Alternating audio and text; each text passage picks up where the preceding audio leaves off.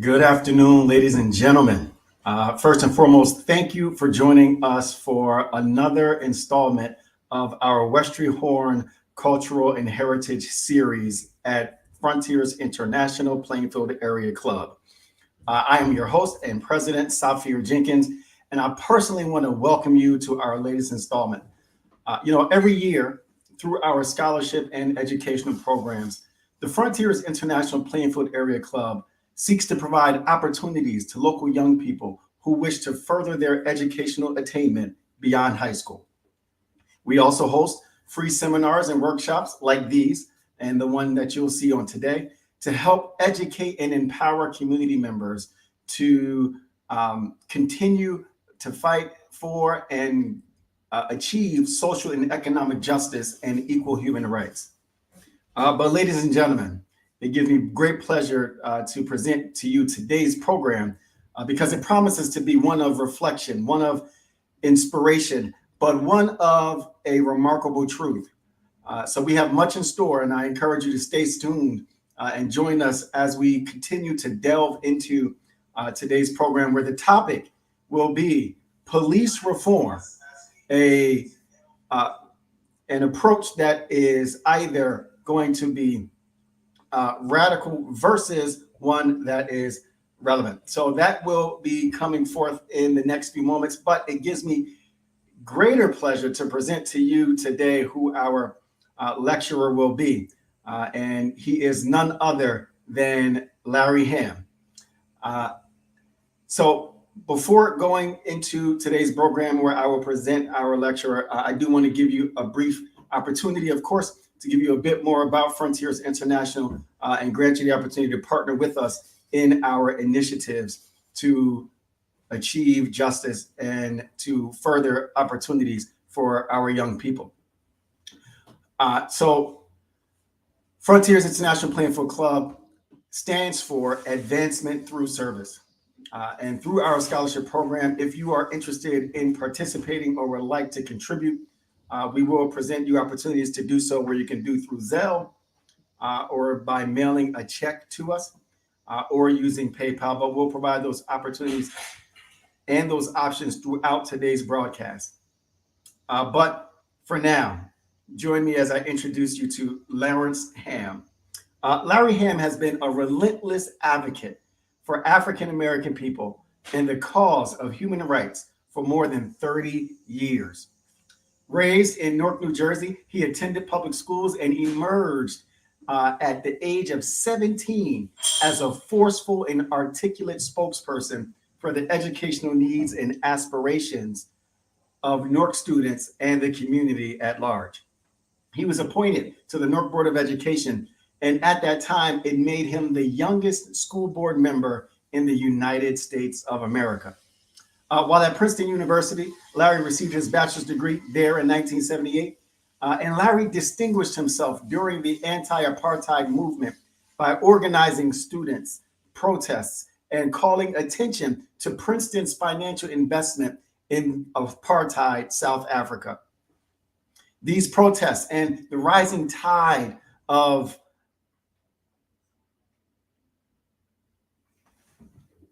activism is what chronicled the documentary film Blacks at Princeton, where Larry Hamm's impact as a student and activist there is chronicled. After graduating, Hamm returned to Newark and naturally became active in local politics. He served as district leader and president of the 24th District Assembly. Larry is the founder and director of the People's Energy Cooperative, a community fuel oil cooperative. He served there as the director of the community organization program for the United Church of Christ Commission for Radical Justice and Racial Justice. During 1986, Larry traveled with the Reverend Bryn Chavis throughout the Deep South to retrace the route of the 1960s Freedom Rides. Chavis, Hamm, and busloads of activists conducted voter registration drives in Alabama. Larry helped organize the People's Organization for Progress, an independent grassroots political organization that is active in Newark and Northern New Jersey area. As chairman, he has consistently worked toward building unity among community organizations. The struggle for quality education, employment opportunities, access to healthcare, and against racial profiling and police brutality continues through the efforts of its chairman, Larry Hamm, and the activism of the organization's members. Ladies and gentlemen, without any further ado, I invite you to join me in welcoming none other than the esteemed Larry Hamm. Thank you, Brother Sophia. Thank you very much. Thank you, all the members of Frontiers International Plainfield Area Club, for inviting me to talk with you today for a few minutes about this issue of police reform. And I want to thank my good friend of some years now, John Brinkley, for helping to make all of this possible. And Brother Sophia, thank you for that very generous and gracious introduction. I've been asked today to come and speak to you. And by the way, yes, my name is Larry Hamm. I'm chairman of the People's Organization for Progress, which is a grassroots organization that works for racial, social, economic justice, and peace. We are an all-volunteer organization, and we are part of a multi-issue organization. The People's Organization for Progress was founded 40 years ago, actually began operating as an organization in 1982. So this year, 2022, marks the 40th anniversary of the People's Organization for Progress. POP is a multi-issue organization. We've dealt with a number of issues that affect Black people, poor people, working people, of people of all walks of life. But we are probably mostly known for the work we have done around the issue of police brutality. And I've been asked to come and talk to you today about the issue of police reform. And of course, this is a relevant issue. It's a timely issue because it's an issue that has been right in front of us for years, but has gained national attention in the last, I would say, since 2016, which would be at least 6 years ago. It's always been an issue that's been in the news in our community because police brutality is as old as the police are in the United States. I'm sure I don't have to go through the history of the police with this audience. The Frontiers members and supporters are among the most aware and conscious and active people in the community. But suffice it to say that modern policing, as we know it, grew out of the institution of slavery in the United States. Modern police forces, as we know them today, are descended from slave patrols, both on the plantations and in the cities. Most of us, when we think of slavery, we think of it as a kind of rural institution. And we always go to, in our minds, we go to a plantation in the South. And that is true. But there were enslaved African people in the cities of this country as well. We think of slavery as a Southern institution, but it really wasn't a Southern institution. It was a national institution.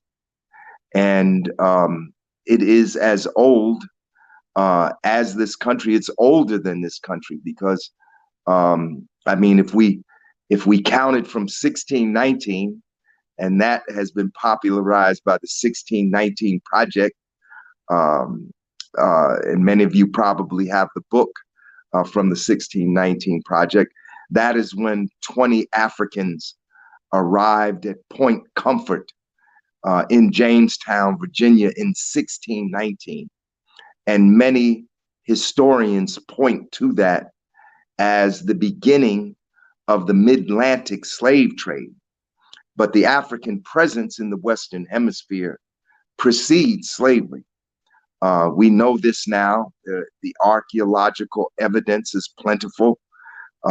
Even when you look at some of the logs, diaries kept by people, even Columbus, saying that they encountered, well, their word for Black people then was Ethiopians and Moors, but they are accounts written by, I believe, Balboa and Cortez and others, saying they encountered Ethiopians in the Western Hemisphere. We know from Ivan Van Sertima's book, They Came Before Columbus, that African people came here as explorers centuries before Columbus landed here. So the African presence in the Western Hemisphere is well documented, and it's much longer than 500 years. But slavery as an institution existed in the Western Hemisphere for 500 years and in North America for 400 years. It began, if we're talking about New Jersey, New Jersey was founded as a Dutch colony in 1620, and by 1625, enslaved Africans were here. Hundreds of thousands, millions of Africans were taken out of Africa against their will and brought to this country as enslaved people. And when you have that many people enslaved, you need means and mechanisms to control the enslaved people. And so the use of force against enslaved Africans, the use of force against Black people, is deeply rooted in the legal, in the social, in the political, in the economic, and even in the psychological fabric of this country. Slave masters had a right to use force to even kill their enslaved people, to torture them. And we need a whole other program to talk about the horrors of slavery. A lot of people don't like to talk about it, but it should be talked about because we have to understand what happened to us and how our situation today in this country is in fact rooted in the enslavement of our ancestors. And so you needed a system of control, and you needed institutions of control. And so, because enslaved people being human beings, the natural response to enslavement was rebellion. There were hundreds of slave rebellions. I know many folk are familiar with the names of Nat Turner and Denmark Vesey, and perhaps a few others, but that's a handful. Herbert Apteker, in his book, Slave Rebellions in Colonial America, says that there are more than 400 documented slave rebellions that took place in the 13 colonies of the United States long before the colonies became the United States of America. So we rebelled. So you needed mechanisms and institutions of force to control and repress and oppress the enslaved population. One of these was slave patrols. And as I said earlier, modern police forces as we know them evolved out of the slave patrols. The Second Amendment, which a lot of gun owner proponents like to cite, was in fact included in the Constitution because the Southern colonies didn't think they could rely on the federal government and the Northern colonies to help them put down the slave rebellions, because they knew that there were strong abolitionist forces in the North. So the Second Amendment, the right to a well-regulated militia, is in the Constitution, the original Constitution, and It had nothing really to do with personal ownership of guns. That's something that's been appropriated by the right-wing movement and by the NRA and others. It had everything to do with the ability of the Southern colonies to form slave patrols to help them put down the inevitable rebellion of Black people against their enslavement and brutalization and torture and murder at the hands of those masters and others who helped to maintain the institution of slavery. Apteker and others document as particularly after emancipation, after the Civil War, Black people began to migrate from the plantations, from the rural areas to the cities, and from the southern states to the northern states. And this helped to precipitate the formation of, well, then known as constable forces. Y'all remember looking at some of those old movies, people talk about the constables and the constabulary, which was another name for the police forces. So there was a whole system of laws that were developed and a mechanism for the enforcement of those laws to control the movement of Black people from the plantations, from the rural areas to the cities, and to control their movement within the cities themselves. Some of these laws, which I thought was part of some type of popular mythology, they were actually real. Like 3 Negroes could not be gathered on a corner together, or laws that had to do with what they call reckless eyeballing, all kinds of laws to create what sociologists would call a criminogenic situation. Criminogenic means that you have a system that actually creates crime in order to enforce the crime, to in fact gain something from that. We know that immediately after emancipation, there was the struggle against Reconstruction. W.E.B. Du Bois says in his book, and I highly recommend this book, Black Reconstruction by W.E.B. Du Bois. Please read that book.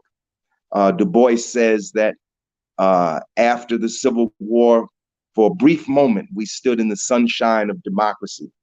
We had the Reconstruction governments, which were governments in the formerly Confederate states that now had Black people in them. And there were alliances between Black freedmen and white populists to try to create a new order that allowed for the emancipation of Black people and social construction and development.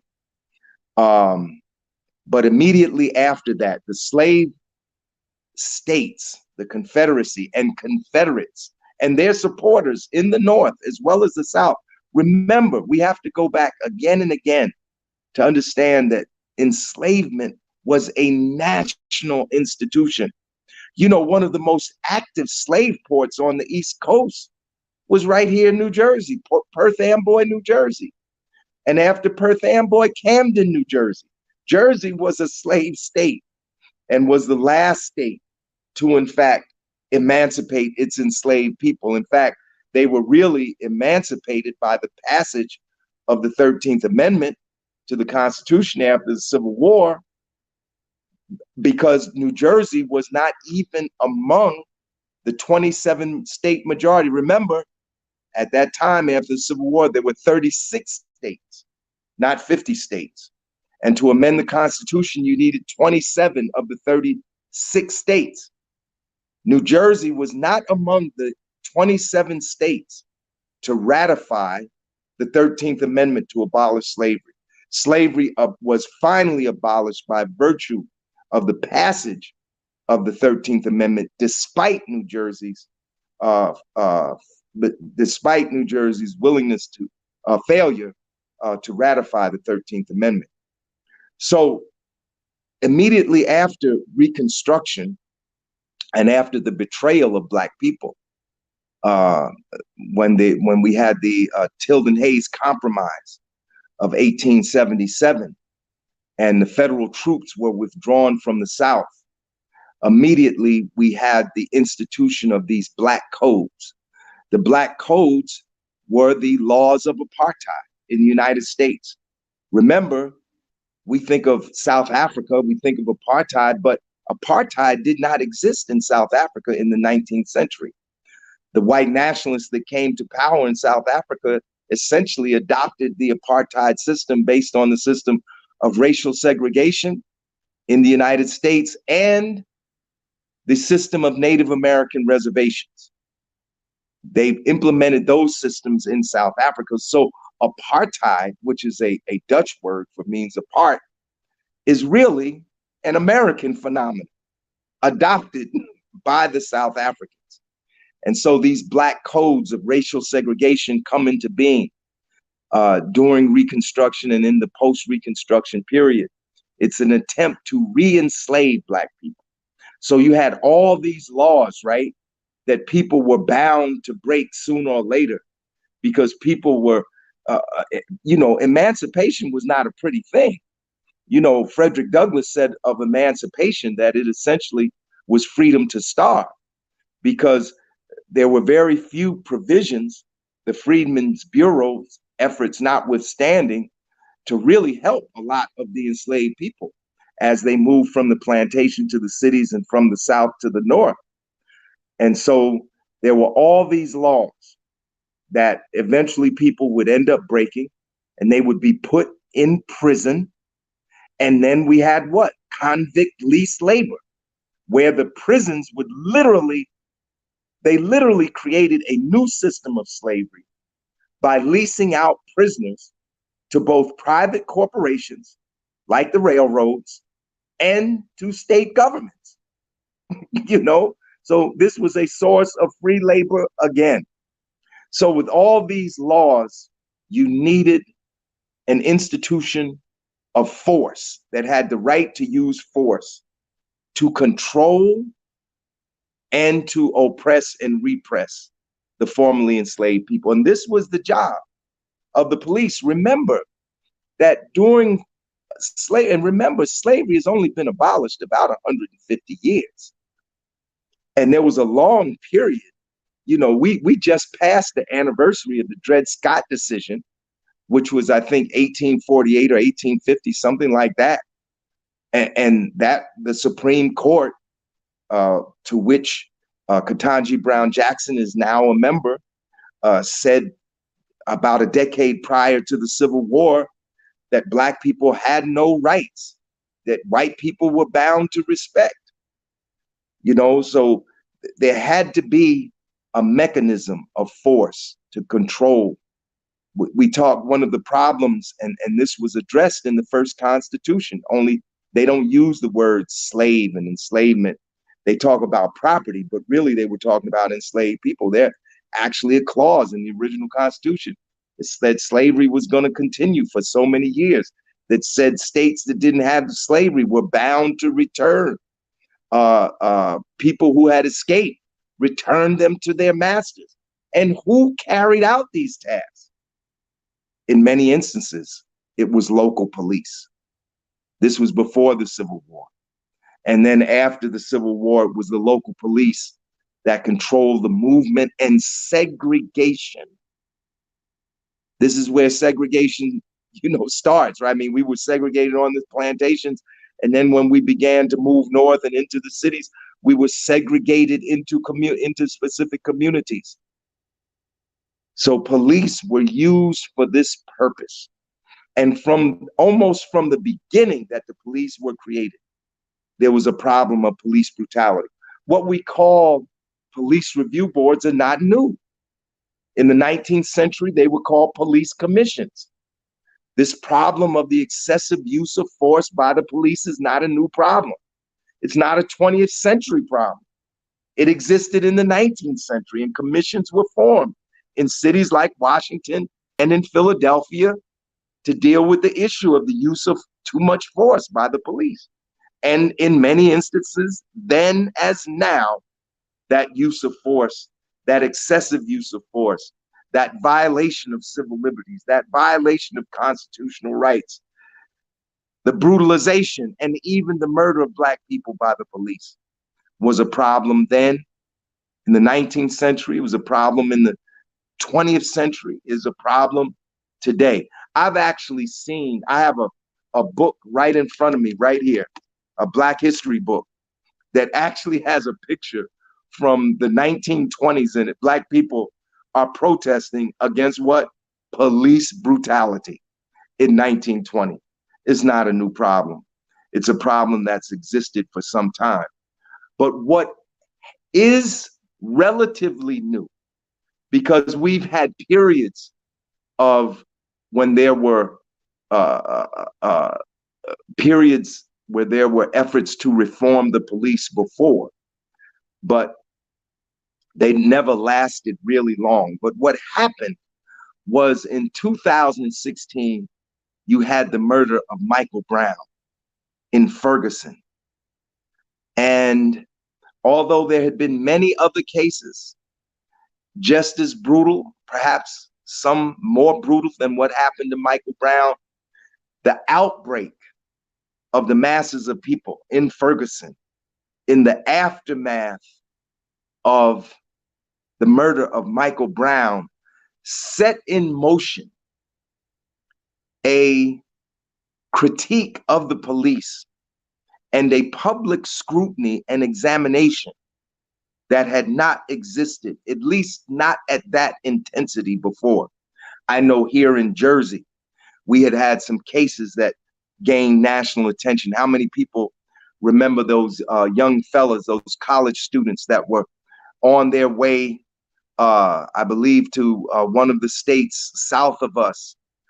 They had been accepted at college and they were going to visit, and they were stopped by the state troopers and they were shot.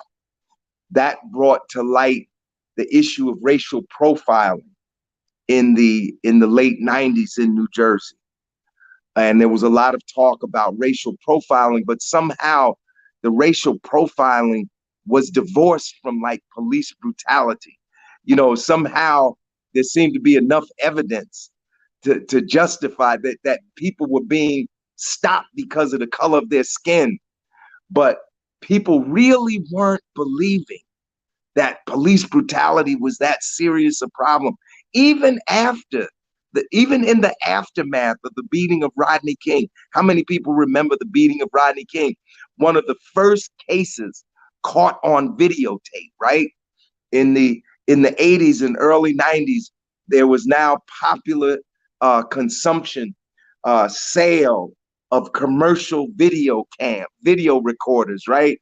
And everybody had a little video recorder and they were making videos of their families and stuff like that. And then one night, a guy, I believe he was white, happened to catch the police violently beating a man named Rodney King.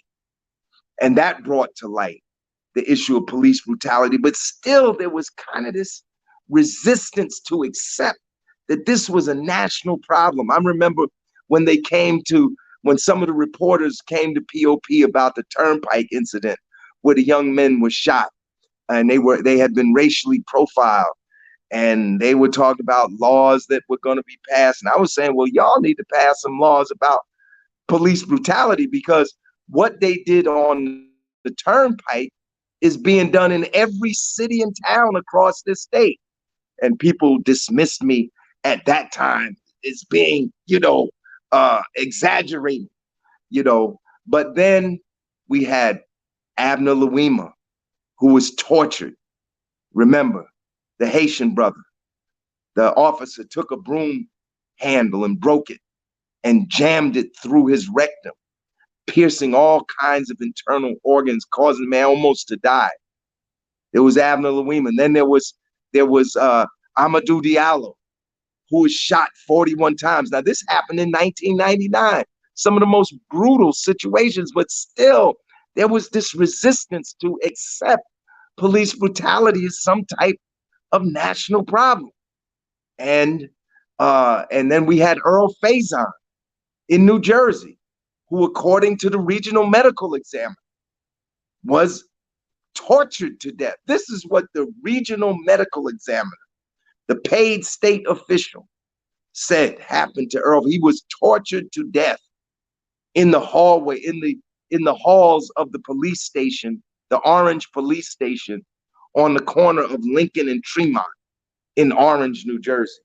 Our organization, the People's Organization for Progress, we were very active around that case, you know?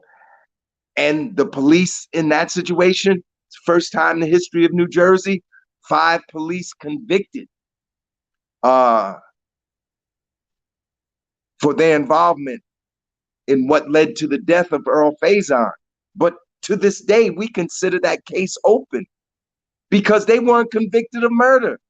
They were convicted of conspiracy for trying to cover it up, and they were convicted of civil rights violations because they tortured the man. But they weren't convicted of what they should have been convicted of, which was murder, because the county prosecutor of Essex County, who was a Black woman at the time, she refused to do the investigation for murder because the beating of Faison was in connection to the aftermath of the murder of a Black woman police officer in Orange named Joyce Ann Carney. And they had seized a number of Black men and, you know, accused them of the crime. And every time they did, they had to recant because that wasn't, they had accused Faison. He had nothing to do with it, and he was murdered in cold blood. And to this day, we continue to demand that that case be reopened, just as people demanded that the case of Emmett Till be reopened and Medgar Evers be reopened, because someone should be convicted for murder of Earl Faison. But even then, there just wasn't that acceptance of the problem. And then Ferguson came in 2016, and there was a kind of national uproar about the way Michael Brown was murdered, not just because Michael Brown was murdered, but because there was a rebellion. There was an uprising of people in Ferguson. And so I would say from about 2016 forward, there's been an examination of the problem of police brutality. The Asbury Park Press did a story called The Shield, where they began to document how municipalities were losing hundreds of millions of dollars in police brutality cases, ultimately being paid for by the taxpayers of those towns. And then the Star Ledger did a series called The Force Report, documenting the hundreds of internal affairs reports and other kinds of information documenting police brutality cases throughout the state of New Jersey. So since 2016, there's been a willingness to at least, number one, accept that the problem exists. I remember going on a television show for Ray Brown Jr. He has a television show. He had a television show called Due Process. And I had to debate, and this was like in the 90s. This might have been before Faison. Might have been around the time of Amadou Diallo. And I had to debate the head of the police union, one of the head of the statewide police unions on the show. And he said that police brutality didn't exist, that there was no such thing as police brutality. He said that, and it's documented. He said it on the show, you know, and the show was recorded, and you could go to that recording and see this man saying that there's no such thing as police brutality. But people began to listen around 2016, and then you had the tour de force, so to speak, of police brutality cases, and that was the murder of George Floyd. And like the beating of Rodney King that was caught by a video camera recorder, a young woman was able to catch and broadcast live on Facebook, recorded and broadcasted at the same time the murder of George Floyd before our very eyes. There was no delay. They say that as many as maybe, I think, 19,000 people saw it as it happened because it was being broadcast live on Facebook as well as being recorded. And that recording went viral. It went all around the world. And a national uprising, an international uprising ensued because people all over the world were outraged that here we had once and for all, beyond dispute, the police murdering a Black man in the most vicious way right before our very eyes. And then there were people who told us, don't believe your lying eyes. There were people who tried to defend what that officer did, even though we all saw it. Remember, it took 2 years for Chauvin to even go to trial. He was just convicted last year. And it was a roll of the dice as to whether or not a conviction was actually going to occur. But he was convicted. But here's the rub. Here's the point that I'm actually trying to get to right here. And that is in the aftermath of the murder of George Floyd, where there were more marches about police brutality than there were marches against the Vietnam War, where people on almost all 7 continents expressed outrage about what happened to him. There was a hue and cry for police reform. That the way policing was being done in the United States was racist and unjust and needed to change. Now, the subject put on this discussion today was police reform, rational versus radical. And I would presume, and I may be presumptuous in this, that the rational people, the rational side is the side calling for gradual reform, and the radical side would be the side calling for defund the police. But let me approach it another way. In the aftermath of the murder of Floyd, bills, scores of legislation were introduced at state and local levels and into Congress, calling for the reform of the police. In 2020, they introduced the George Floyd Justice in Policing Act in the House of Representatives.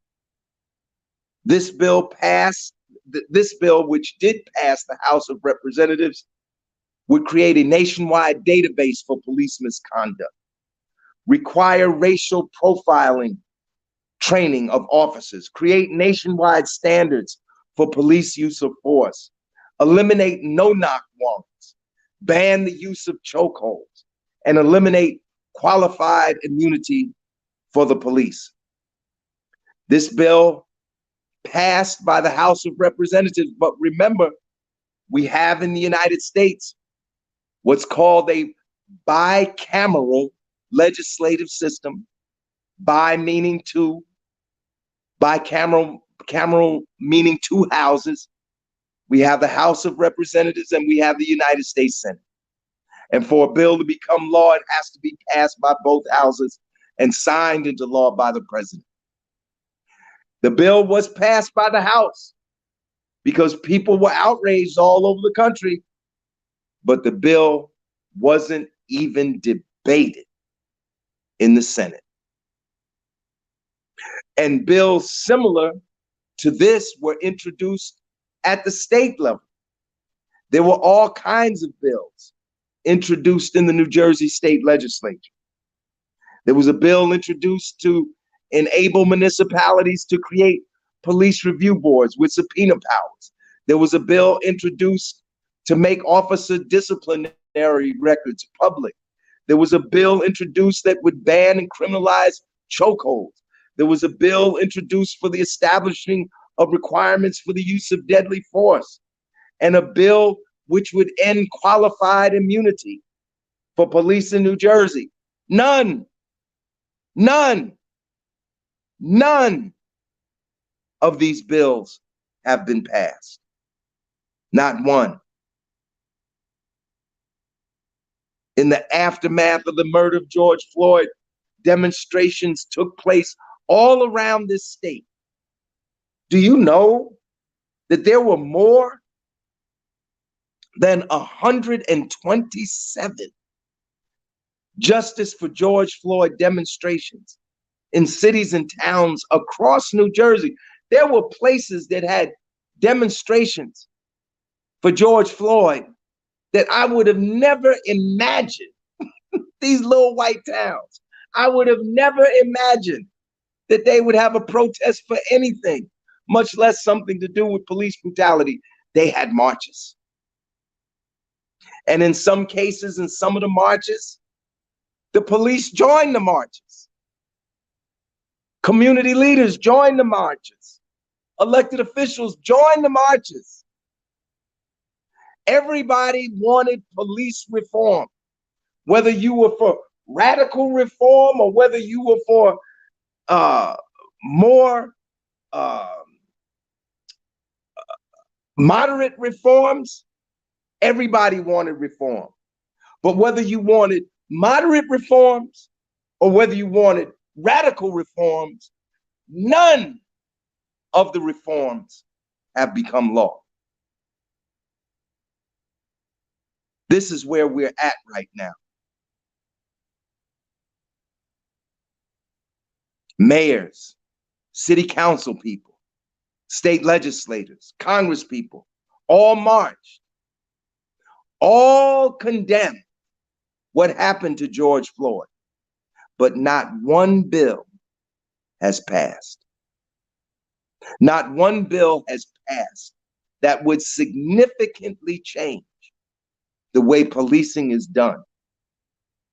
And I would submit to you that one of the reasons for this is that you have to understand that the police are not only a paramilitary organization, the police are a political organization. The police support their unions, their organizations, their associations, and they have them. The PBA, the FOP, the Police Supervisors Association. They have organized police unions and associations. And these groups support candidates and oppose candidates. They support people running for state office and they oppose people running. They lobby for legislation and against legislation. And when the police themselves don't come out and speak, they send in paid lobbyists to do the work. And in this state, which is controlled by Democrats, in this state, this is a Democratic state.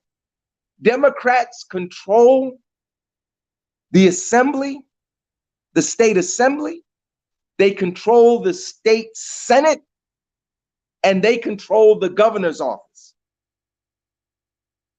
And a core constituency of the Democrats are Black people. And Black people overwhelmingly vote Democrat. We vote sometimes 90% down. Black people vote, and I voted Democrat too. Black people vote Democrat in higher percentages than any other population demographic in the state and in the nation. Black women voted for Biden at like 95% 5% or something like that, and Black men voted at 88%. No other demographic voted Democrat higher than those two, Black men and Black women. And yet, police brutality affects Black people probably more than any other group. But don't be fooled. Police brutality is not a Black issue. It is an American issue. The police brutalize people of all races. The police in the United States kill 1,000 people a year. The police in the United States kill more people every year than any other police force in any other advanced industrial country in the world. And if you don't believe me, all you got to do is Google it. You don't have to accept anything I say right now.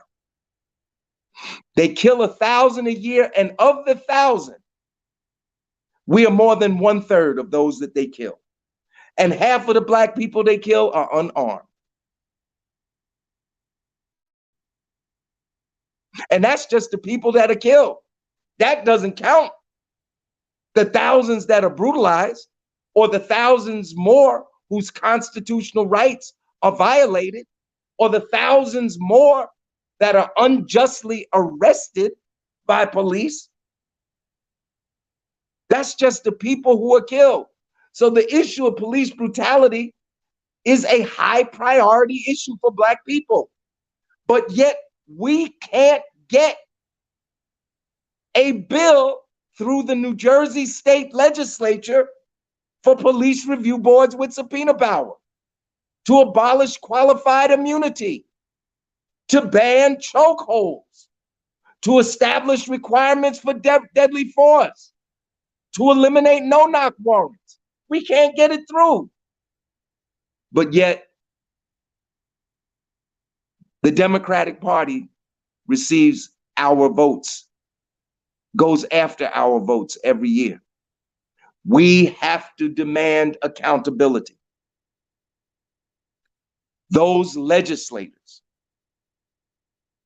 for whom we vote, and the governor for whom we vote every year, have to be held accountable. If you receive our votes, then you have to deal with our issues.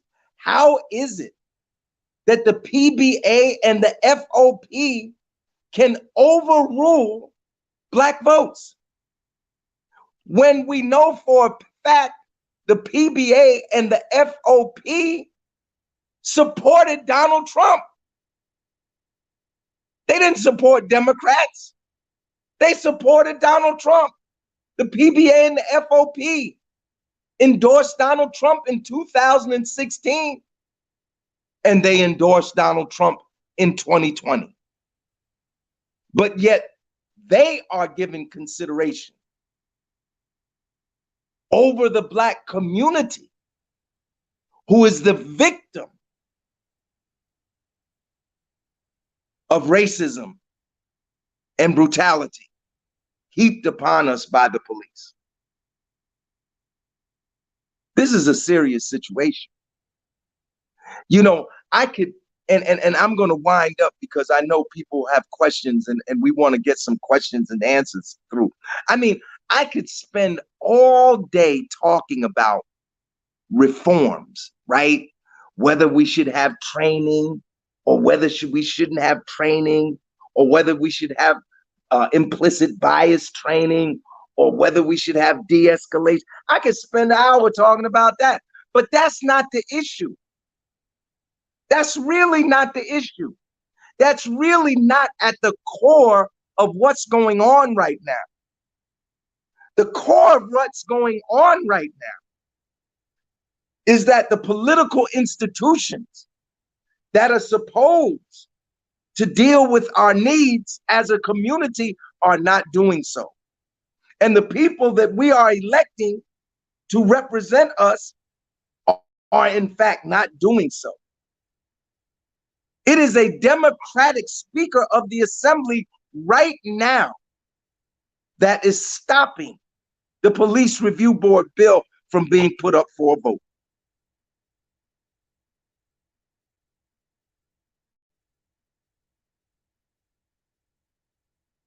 This is something that people should think seriously about. So what is required at this time? What is required is that we have to build a movement, or we have to continue to build a movement that already exists to fight police brutality. So I'm going to stop here, and hopefully we can take some questions and answers.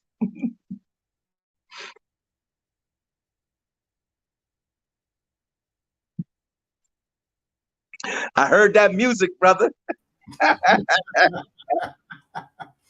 Yeah, that wasn't meant to stop you. It was meant to give you. Well, it's good that it stopped me. It's good, because I go on for another hour. So maybe we could have. Do we have time for questions and answers? Absolutely, absolutely. In fact, there's one question that came out so far. But before I even jump into the question, folks, if you want to join the conversation, we encourage you to do so. Drop your questions in the chat, and we will select them directly from there, and they will be answered live during this broadcast. The first question that we received, Brother Hamm, says, given the failure to pass legislation for police reform following the very public murder of George Floyd, how do we truly effectuate any semblance of change in an environment where Blackness is automatically equated to criminality? We affect change by first continuing to speak truth to power, as we have been doing. And then we affect change by utilizing every means available to us to continue to apply pressure to these institutions, to these elected officials, until they do the right thing. You know, first of all, I have to ask the audience, how many of you know whether or not the people that represent you have signed on to the bill to create police review boards with subpoena power? That's question one. Do you know what your legislator is doing?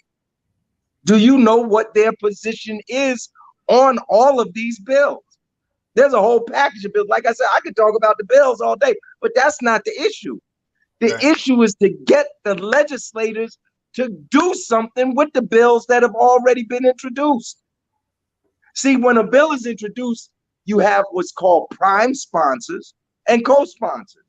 So the prime sponsor is either the single individual, or sometimes two, sometimes three of the people who can say, this is our bill. We wrote it up and we're introducing it. And then because you have 80 more, I think there's what, 120 people in the General Assembly and 40 in the Senate, something like that. Well, anyway, in the Assembly, so to speak, you might have 3 that are the prime sponsors, but then you got to get other co-sponsors. So you have enough, so the bill carries enough weight to get the other people on Team D for Democrat to vote for it, to pass it. So the first question is, what is your legislator doing? Do you know? I mean, there's a bill right now in the Assembly for police review board with subpoena power to check this unchecked police power. First of all, every member of the Black Caucus, or whatever they call it now, it might be Black and Latino, Black, Latino, Asian, whatever the caucus is called, every one of them should be a co-sponsor. First question you got to, so-and-so, are you a co-sponsor on this bill? They out here killing Black people left and right. Are you on this bill? And then if they say no, then that's a signal to you, oh, is this a person that I should vote for in the next election? And we do have assembly coming up again, I think in 23 next year.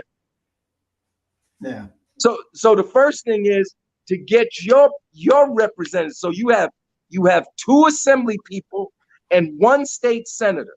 And for a bill to become law, it has to pass the assembly in the New Jersey State Legislature and it has to be past the Senate. And like a lot of the black people that don't live in the cities, that live in the suburbs, is your senators that we having the biggest problems with. They are the Democrats that are not voting for the bill. A lot of them, they come out of Newark and come out of Patterson. They're down with it. They're going to vote for it.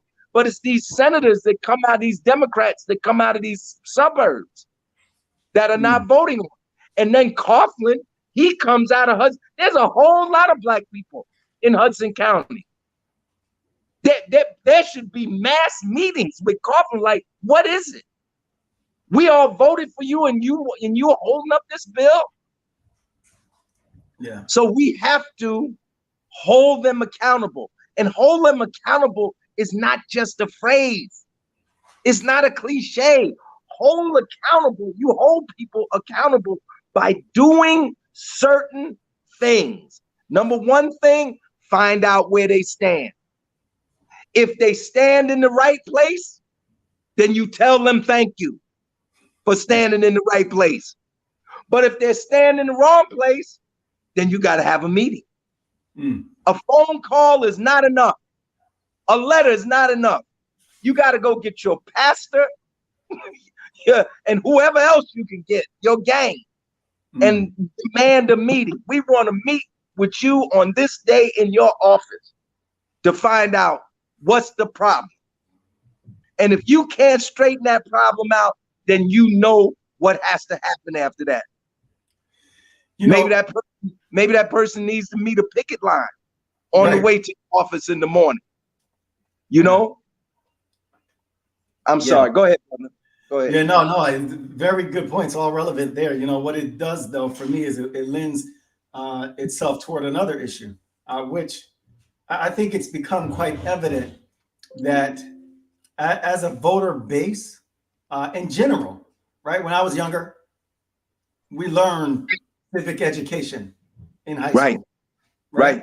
And so we had the capacity and the wherewithal to take a stance and to hold folks accountable. I think in many ways we've lost that because there's now a growing distance between what it takes to hold these elected officials accountable and the know-how that our young people are taught that they should possess. And I don't even know that they even feel a sense of responsibility for what goes on around them as a result. So how do we correct that course where civic education has become a distant memory and really get people galvanized around issues like this, police reform? Do you know why civic education is not being taught? I'm interested to know. I have certain ideas about why, yes. But because of public policy. Okay. Look up Secretary of Education William Bennett. It is William Bennett who I believe may have been appointed by either Richard Nixon or Ronald Reagan. I think it might have been Reagan. But it was Bennett who made the recommendation that schools no longer teach civic education because the U.S. was lagging behind other countries in terms of the achievement levels of its students in science and engineering. So they wanted to eliminate everything that didn't have nothing to do with science and engineering. So they eliminate the thing that citizens need the most is civic education to learn about how your government operates. We don't have it because a decision was made. Political decision was made to eliminate it. And if people want it back, they got to go down to the Board of Education meeting and demand it. Demand that civics either be reintroduced as a course or integrated into social studies courses. Yeah, absolutely. Very good point there. And I'm glad you called out the name. I certainly knew it was a matter of public policy, but to know that there was a very public, and transparent effort to really undermine civic education for our young people is just disastrous and deplorable. I mean, for instance, how come the schools don't register the 18-year-olds to vote? Good question. I mean, wouldn't that be the easiest way to ensure that everybody votes? It said you turn 18 in school, the school registers you to vote. See, I used to think a lot of the problems we had in terms of political participation and involvement was because of apathy, the evil apathy. People are apathetic. No, it's not apathy, it's policy. Yeah. They don't want you to be aware. They don't want you to be educated. They don't want you down at the board of education meeting, the city council meeting, the state legislature. They don't even want you in the polling place. Wow. Because if they wanted you in the polling place, we would have same-day education. I mean, same-day voter registration so that every person could vote. Yeah. They don't want every person to vote. Because if everybody got the right to vote, some of them that are in power, they be gone. Yeah. They be gone. It's not apathy, it's access. Yeah. Yeah. And they don't want you to have access to the knowledge. They don't want you to have access to the ballot. Because if you have the knowledge and you have the ballot, you have two important tools to change the political environment. Wow. Wow. Very, very, very key points there. We do have a question coming in from none other than John Brinkley. All right. We love to hear from you, Brother John. Thanks for joining us. And John Brinkley asks, do you think that an increase in community policing is part of the solution or the answer to police reform, whether it's radical or if rational? I am not opposed to community policing. I guess if I'm not opposed to it, I'm a supporter of it. But for me, the answer is not community policing. We could have community policing in every municipality and unarmed Black people would still be killed by the police. The police have to have a deterrent. Yes. The killing will stop when they know that if they commit this thing, they're going to lose their badge, their gun, their job, their pension, and possibly their freedom because they're going to go to jail. That's when the killing will stop. Community policing is not going to stop police brutality. I'm going to tell you something else. A police review board with subpoena power is not going to stop police brutality. But I support both of those things because they are reforms that move us in the direction of where we're ultimately trying to get to. New York City has had police review boards with subpoena power since 1966. And since then, they have had some of the most horrific cases of police brutality. Sean Bell shot 50 times. Amadou Diallo, 41 times. Abner Louima, tortured in a police station. And they had subpoena power and concurrent investigation, all the things that we don't have. But I support it because it points us in the right direction. I'm gonna tell you something, and people may disagree with me on this. But right now, the lack of civilian oversight of the police in the United States is one of the greatest dangers to democracy. Because remember, on January the 6th, 1 out of every 5 of the domestic terrorists that attacked the Capitol were either active or retired police and military people. Wow. Wow. A coup cannot take place unless the military and the police support the coup. Yeah. Wow. And Trump had the endorsement of the PBA and the FOP, the 377,000 members of the FOP, their leadership endorsed Donald Trump. Wow. See, nobody want to talk about that. Yeah. You know, police want to come, and I'm not opposed to that. I know that I know that there are a lot of good police people. I've been given breaks so many times by the police, I can't count them. Times that they didn't give me a ticket. But on the other hand, I've been arrested when I shouldn't have. I've been arrested by the police. I've been put in jail. I was in jail in Irvington. I was in jail in Bloomfield. Wow. It's a mixed bag. You know, they're police, just like any other profession. There's some people who do the right thing and some people who don't do the right thing. But the difference here is this. The United States has the largest police force on the planet Earth with one exception, the People's Republic of China. The People's Republic of China has 1.5 million police officers, but their population is 1.4 billion people. Right. Their population is 4 times the size of the United States. Wow. The United States has nearly 1 million police officers, sworn police officers, but we only have 335 million people. Wow.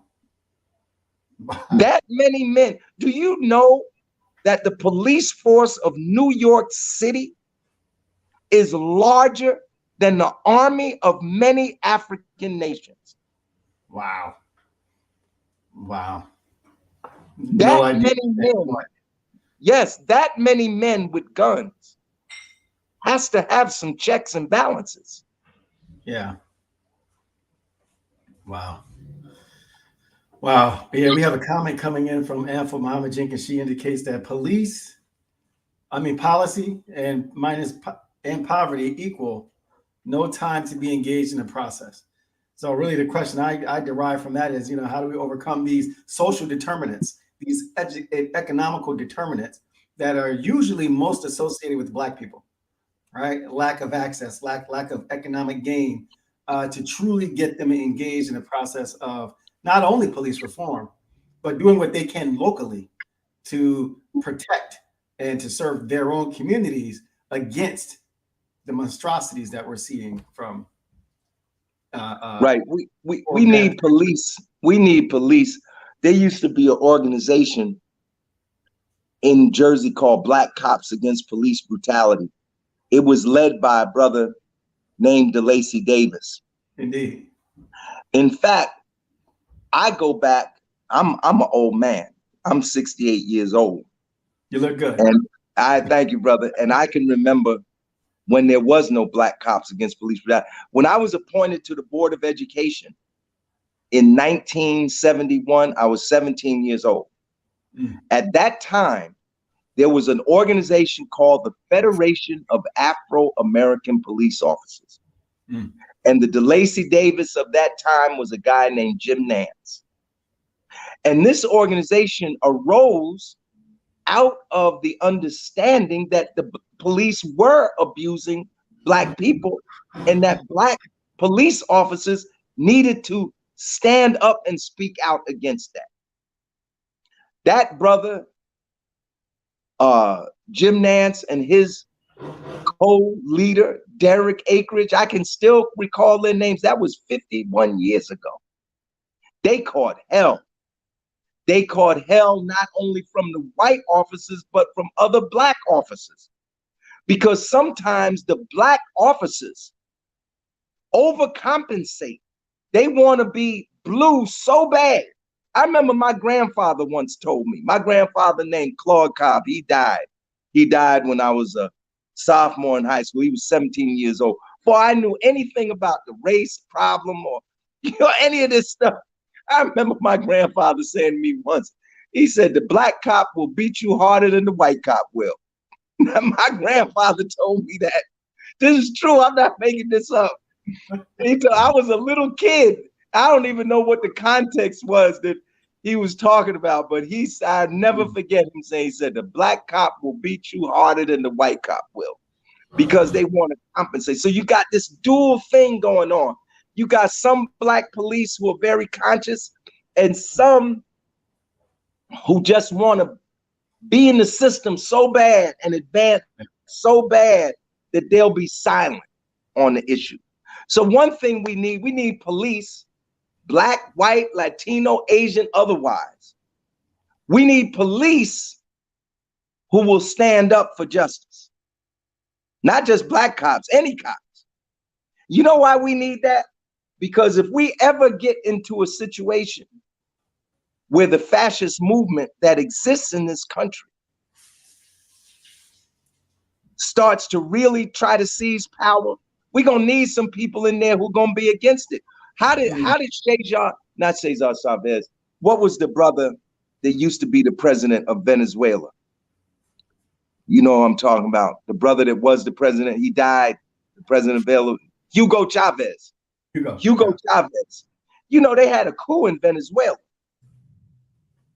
And the coup executioners took Chavez prisoner. The president. They took the president prisoner. The masses of people rose up, but do you know who actually got him out? Were other soldiers loyal to the government, loyal to him. Wow. So we're gonna need police, we're gonna need people in the military and in the police who are for democracy and not fascism. Do you recall that in advance of the January 6th coup, that all the members of the Joint Chiefs of Staff issued a statement saying that the military would not involve itself in the outcome of the, you remember that, right? Yeah. Why do you think the chairman of the Joint Chiefs of Staff issued that statement? Because they knew something was up. Yeah. They knew something was coming. And probably some of them were scared. Probably some of them knew exactly, but they were scared to say exactly, but they were sending a signal. Something is going down. Yeah. Wow. See, we thought that they was issuing this statement like because, oh, we got to be neutral. No, they issued that statement because they knew some shit was in the fan. You know, something was going down that was really bad. Because you never, in my entire lifetime, I'm 68, I've known 9 presidents in my lifetime. I had never seen a statement like that from the Joint Chiefs of Staff concerning an election within the United States. Right. This is the situation we're in, and the police are part of this scenario, I'm telling you. Do you know the FBI came out? The FBI, even Trump's own appointee to the FBI director position, came out and said white supremacists have infiltrated every level of the police in the United States of America. Yeah. And we walking around here like everything is all goddamn right. Yeah. This thing is bad. It might be worse today than it was when King was alive. You know, because the danger is that we have this mindset that they can be reasoned with. And I think too often we try and resort to reasoning when we don't recognize our lives are at stake at that point. That's right. Well, you see how much they can be reasoned with. You see how those Republicans walked off the floor when the vote was taken for Ketanji Brown Jackson. They walked out. Yeah. Man, these people are not committed to democracy. No. They've introduced laws and they've introduced 440 bills in 49 states to try to suppress voting in the United States because they know they can't win in a national election anymore. Right. The numbers aren't there. So the only way they can win is by stealing. Yes. And in that very same vein, and improving the point you just made, Donald Trump Jr.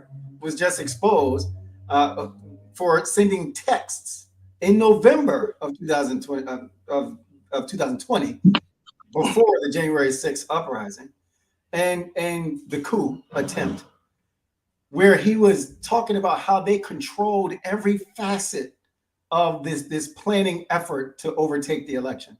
That's right.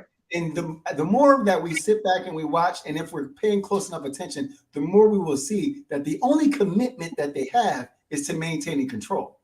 That's They're right. not worried about a commitment to democracy. They're not worried about a commitment to equality or Nope. even equity or justice. It's all about control. And of course, a lot of that has to do with money. And in fact, that leads me right into the next question we have from another viewer, from Taraka Gilbert, who says, it seems like there's two Americas as well. One is moneyed enough to buy legislators and laws, and the other, us unmoneyed folk, have the power of bodies and voice. So what can we do to mobilize even in this season of COVID and confusion? I like that, COVID and confusion. I like it too. I'm gonna steal that. COVID and confusion. That's catchy. What we have to do, number one, we have to educate ourselves constantly. Like, this thing is moving so fast. This train is moving so fast that if you don't have a grasp on the information that's coming out on a daily basis, it's going to be hard to put the pieces of this puzzle together. I mean, it's not as hard as, well, you know, I was saying to people in last spring that there was a fascist movement, and people were looking at me like I was crazy. Yeah. When Donald Trump was in a debate and they asked him point blank, would you commit yourself to a peaceful transfer of power? I was on talk shows telling people, danger. You know, I don't know if y'all remember Lost in Space. That used to come on TV. It was a TV show, science fiction TV show. And they had a robot on there. The robot would start waving its arms around and say, danger, Will Robinson, danger. Yeah, it sounds like something jumped in front of your microphone. I don't know if something hit your... Right. Can you still hear me? No, it's a bit echoed. Let me... All right, go ahead. Proceed. Yeah. But anyway, I was trying to warn people to say, you know, that there was that you know, we were in this danger. And my own colleagues, I was on shows, man. People would look at me, oh, Larry, you need to stop it, you know. And man, when that thing went down on January 6th, yeah, everybody was stunned. A lot of people still couldn't understand, well, what the hell is going on? But I tell you, what was worse than the attack on the Capitol was the fact that over 125 Congress people voted against the ratification. Even after the attack, these people had just attacked the Capitol. You would have thought there'd been a unanimous vote to ratify. They refused, and some of them were from Jersey, and they haven't been held accountable. And we have to hold them accountable. So the question the sisters asked is, what can we do to mobilize? Well, we just had, let me tell you something. When somebody calls a demonstration, you got to go to it. That's right. That's right. Because people are trying to mobilize. We just had an April 4th mobilization on the anniversary of 54th anniversary of Dr. King's assassination. And I know a lot of people heard about it. I know they heard about it. In fact, I would dare say probably thousands of people heard about it. It was in the Star Ledger, big article. I can't blame the Star Ledger now because they had a big article on the march, before the march, with a big picture of Dr. King. It was on television, it was radio, it was on Facebook. We were posting for a month, you know, and we had a good turnout, but it should have been 25,000 people. Yeah. There are too many people walking around who think that protest doesn't do anything. Right at the time that we should be protesting the most, they're getting ready to eliminate everything.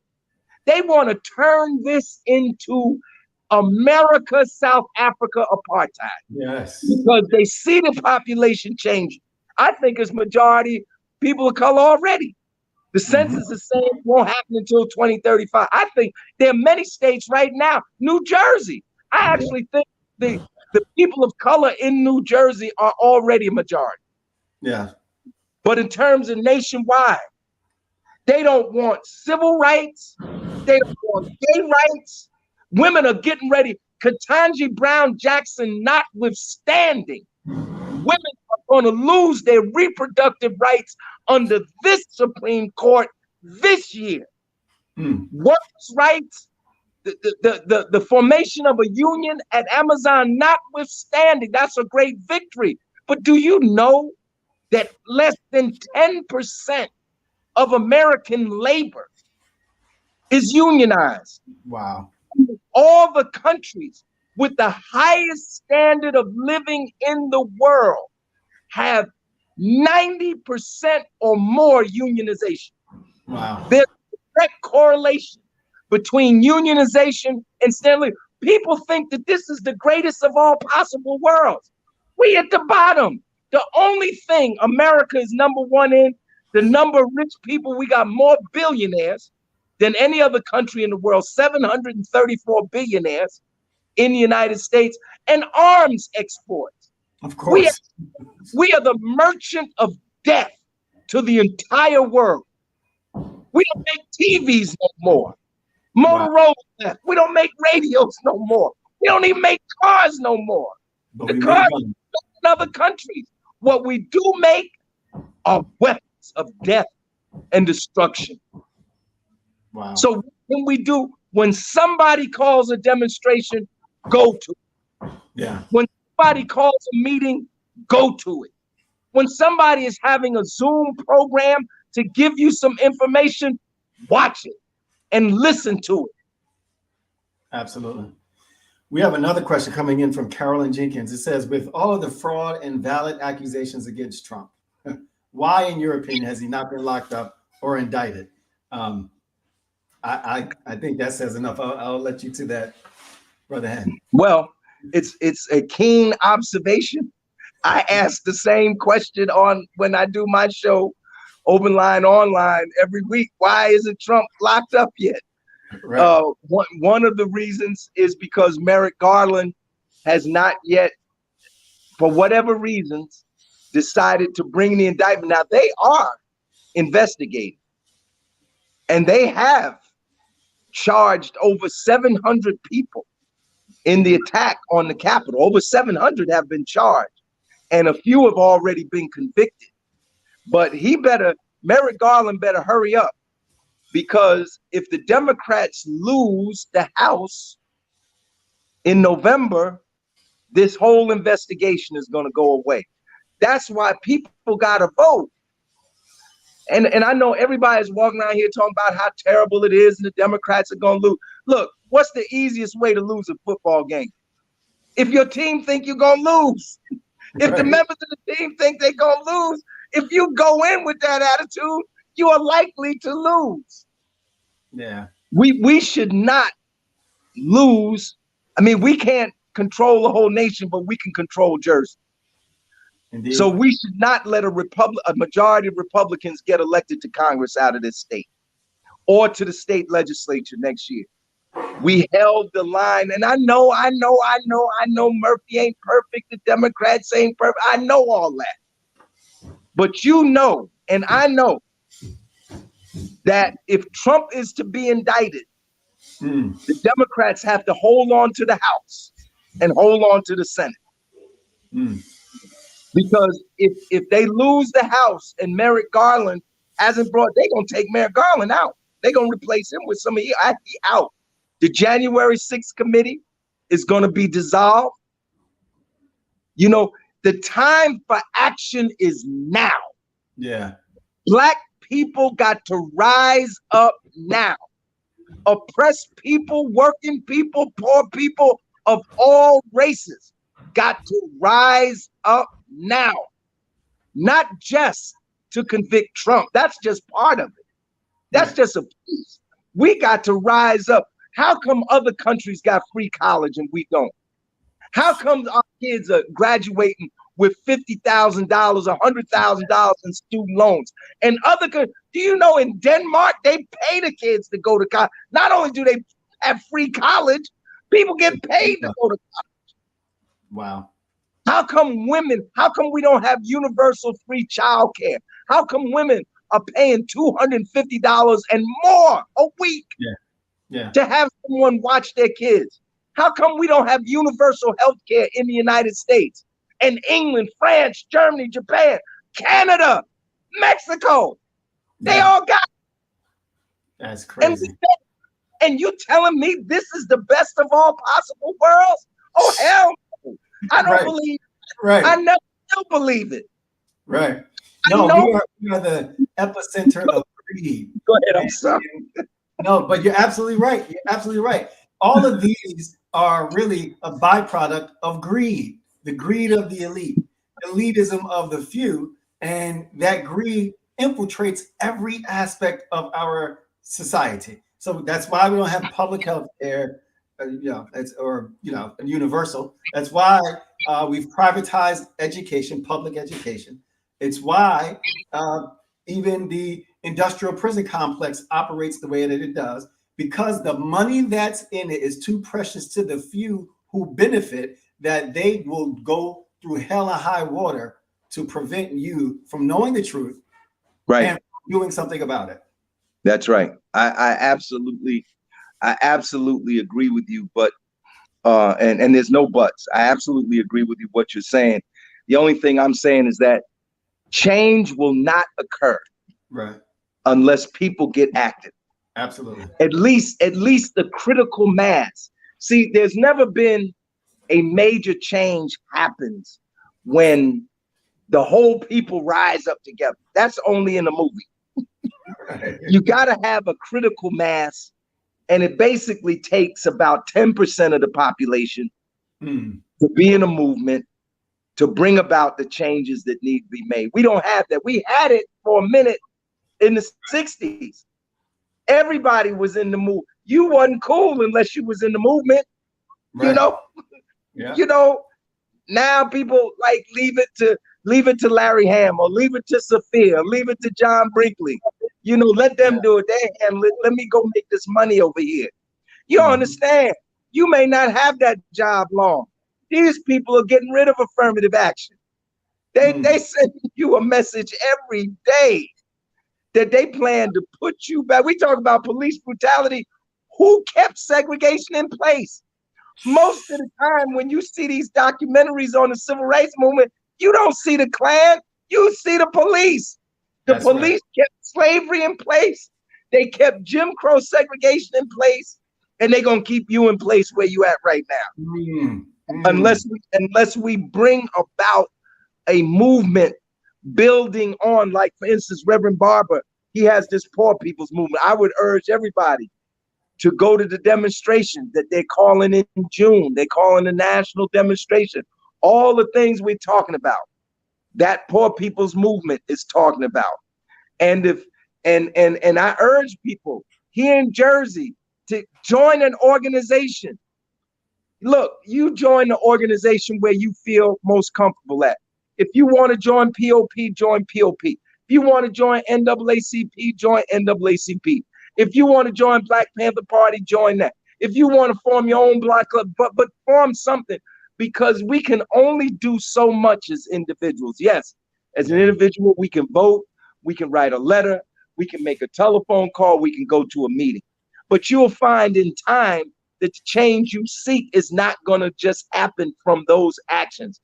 Ultimately, the people who are affected by the problem have to unify, have to organize, and have to fight back. And that's what happened after the 60s and 70s. We got comfortable. We got in office. Look, in 1966, there was only 400 Black elected officials in the United States, 466. Wow. By 1972, after the Gary Convention, there were over 10,000.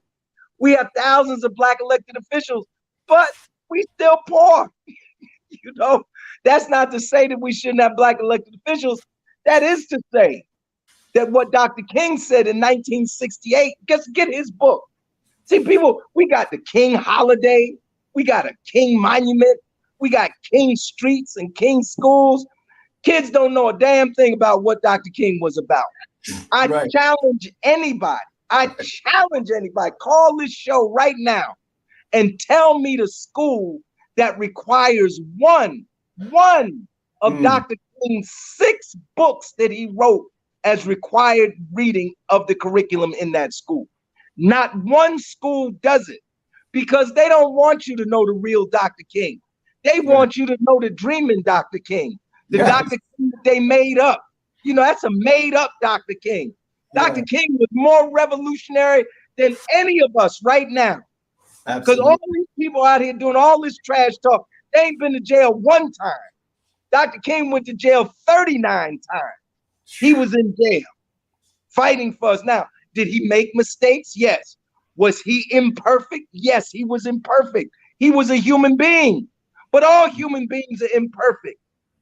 He was represented the best amongst us, and his life was taken because he fought for us. Yeah. And we don't know, we don't read any of his books. Every household should have some of Dr. King's books that he wrote. We should be reading stories about the civil rights movement and King and Rosa Parks and all the others to our children. When I was coming up, you know, the only black book, I was born in 1953. In 1957, do you know what the black book was in my house that had black people in it? Little Black Sambo. That's the truth. I'm not making this up. What is the excuse today? There are black bookstores. There's Return to the Source, and there's other, Source of Knowledge and others. You can go get all kind of children's books today on the movement. But we got to be in the movement, people. You got to be in the movement. I was in the movement. I was in Bridgewater. Everybody knows about that kid, right? Zakai Hussein. The cops, him and the white kid was fighting. The cops beat him up, arrested him, didn't even put the handcuffs on the white kid or the kid who appeared to be white, because I think he was actually Hispanic. You know, I was at a demonstration in Bridgewater. This brother came all the way from Pennsylvania, brought his wife and his little kids to be in the march. And you know, that's what Dr. King talked about in Where Do We Go From Here, Chaos or Community. He said we should bring our children to the demonstration. You know, some of the demonstrations, the people wouldn't demonstrate with Dr. King. I've seen demonstrations where all the people was kids, 8th graders. When he was, I think it was in Augusta when he marched. It was all elementary school kids. There's so many kids were arrested, they had to take the athletic stadium and turn it into a jail because they didn't have enough room in the jail for all the kids. We got to fight back. When our people are in trouble, we got to answer the call. Absolutely. I'm sorry. No. I mean, I'm sitting here and I'm absorbing everything that you have to say. I think really it's a timely discussion, one that I wish we had all day for. But I recognize that you've already been busy throughout the day. You definitely have a great portfolio of work that represents who you are in your representation of oppressed peoples across this nation. And so I just thank you for all that you have shared thus far. I will say this, everything that you just said reminded me from Dr. King's perspective, right? The real Dr. King, the one that we don't often talk about enough, where he was asked a question. You know, it was when he was questioned about the motivations of the movements that he led. He responded, he says, cowardice asked the question, is it safe? Expediency asked the question, is it politic? Vanity asked the question, is it popular? But conscience asked the question, is it right? And there comes a time when one must take a position that is neither safe, nor politic, nor popular, but we must do it because our conscience tells us that it is right. Similar to everything you said here today, the action that stands before us, the obstacles that stand before us are great. And we have to meet those great obstacles with even greater capacity for change, greater courage, and greater willingness to engage in the fight and take the fight to them, because they've been bringing the violence, the destruction to where we are. And we've been relegated to a mindset into a space in this country of complacency, convenience, and cowardice. And so I'm just so grateful for your words. I'll give you a few moments here to share any final thoughts, and then we will bid these folks adieu. Thank you, brother. Well, you said it all, man. I was I was inspired listening to you. I don't want to say anything else because it might mess it up. It's like baking. It's like baking the cake. You done put the icing on it perfect. I, I don't need to even touch it. You know, I just want to thank you, Sophia. Thank John. Thank the members of Frontiers International Plainfield for inviting me today, giving me a few minutes to talk. I want to thank all my friends in Plainfield. I'm no stranger to Plainfield. Every time I am in Plainfield or talk to Plainfield folks, I always think about Muhlenberg Hospital, you know, where a tremendous struggle was waged to save that hospital.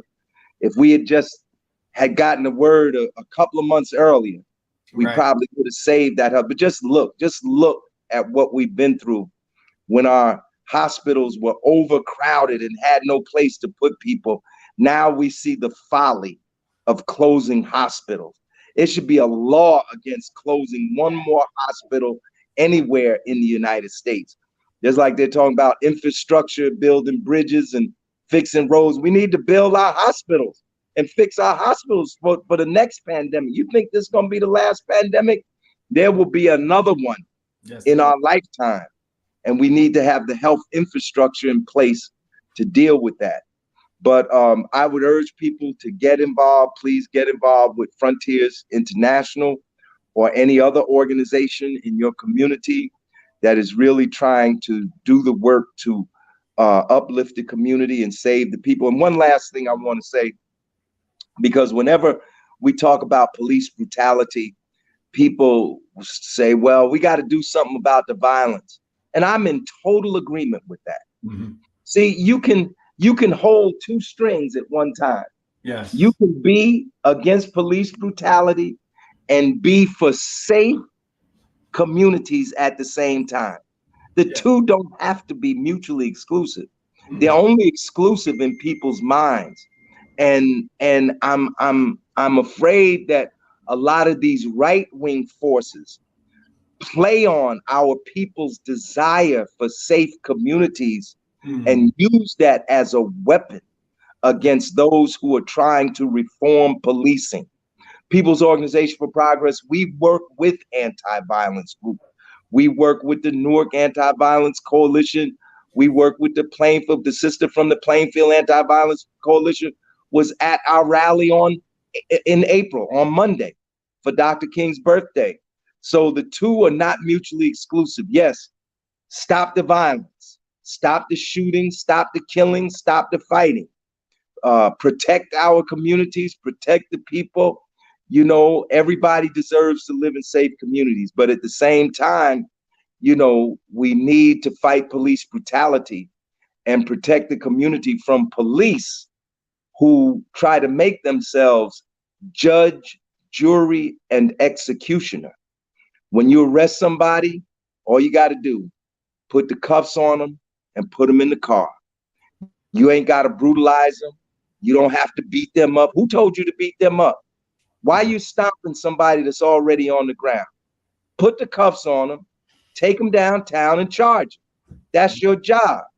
You're not the jury. Your job is not to determine guilt or innocence. You're not the judge. You're not the executioner. You're the policeman. Do your job.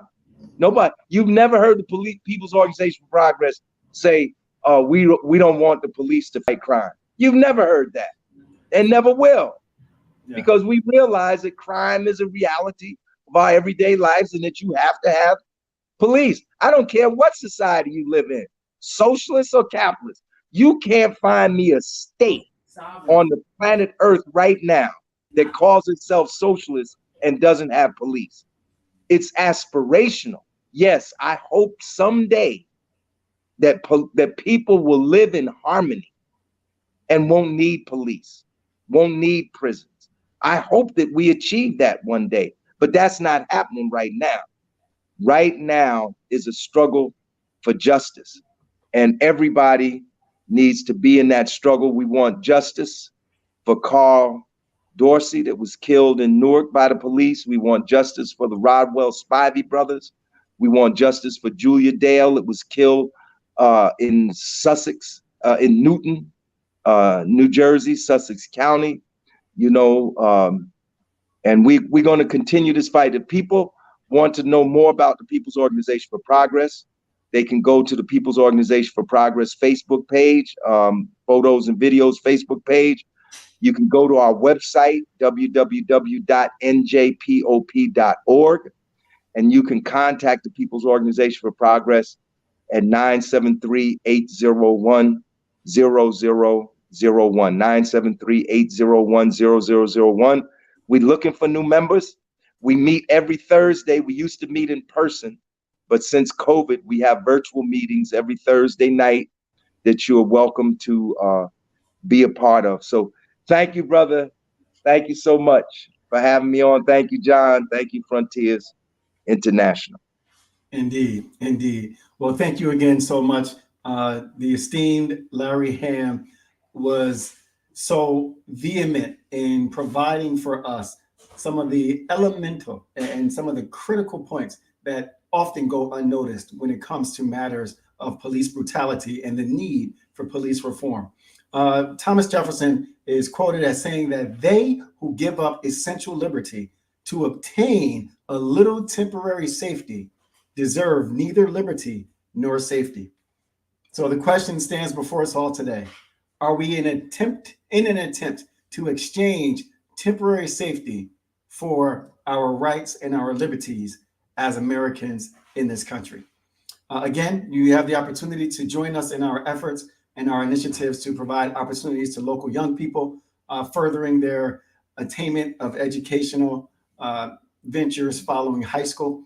If you would like to join us in our efforts, or if you would like to contribute and donate to our scholarship fund, you can do so by using Zelle. And if you use Zelle, the phone number that you'll want to use is area code 732-470-4207. Again, we are the Frontiers International Plainfield Area Club, and we stand for advancement through service. And you've just heard from the esteemed Larry Hamm of People's Organization for Progress. And progress is what we want, what we will achieve, and what we will garner if we all work together. Thank you again, and have a wonderful day.